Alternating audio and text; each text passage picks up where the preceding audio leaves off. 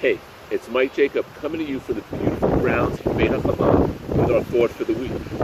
In this week's Parsha, Beha'alotcha, at the end of Perek Yud, there's two psukim that are separated. And the Gemara in Shabbos, Kuf Tes Zayin, says that these two psukim create or are a separate Sefer Torah.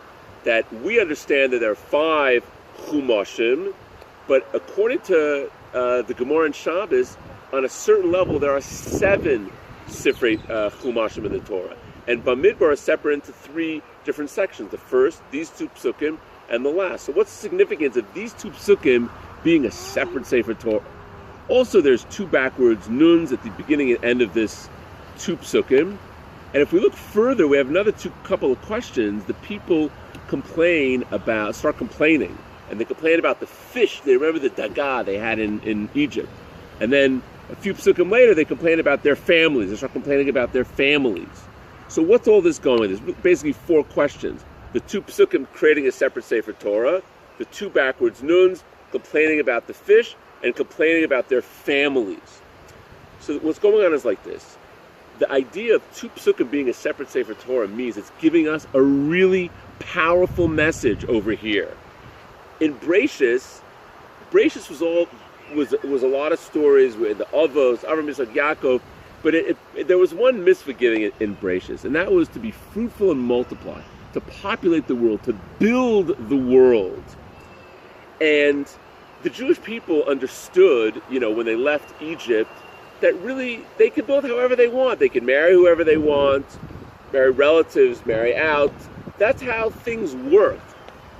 But Hashem in these 2 psukim is saying, Shuva, the main point is Shuva Hashem Rivivos Alfei Yisrael. That Hashras HaShechina is on 22,000 Jews. The idea being that for Shechina to rest in this world, we have to create a receptacle. We have to create Jewish families in order for there to be Hashras HaShechina. And that's the point of these 2 psukim. Is that it's not however we want, it's to have Hashras HaShechina. We need to create Jewish families that allow for Hashras HaShechina. And that is the backwards nuns, and that's the fish, and that's the families. Because Hadagah, they remember the fish in Mitzrayim, Dagah represents that to multiply however they want. Fish multiplying crazy numbers. So they remember in Egypt, they could build however they want. They could do whatever they want. They could marry whoever they want. They remember the Dagah in Mitzrayim. And that's why they were complaining about the Mishpachoseim at the end. They were complaining about their families. Because, you're telling me that I have to marry a certain way. I have to marry Jewish. And I have to, in order to build Shechina, I have to do it a certain way. They were complaining at the end. Because it was limiting, how they wanted to build. And those are the backwards nuns. Because nun, in biblical Hebrew, we look in the Targum, in the Onkelos, Dagah is a nun. So they were saying, this is backwards to the way I would think to do things. But Hashem was saying, this is so important. We build in this world, we do a lot of different things, we're busy all the time, but the bottom line of what we have to build is Jewish families for Hashras HaShechina.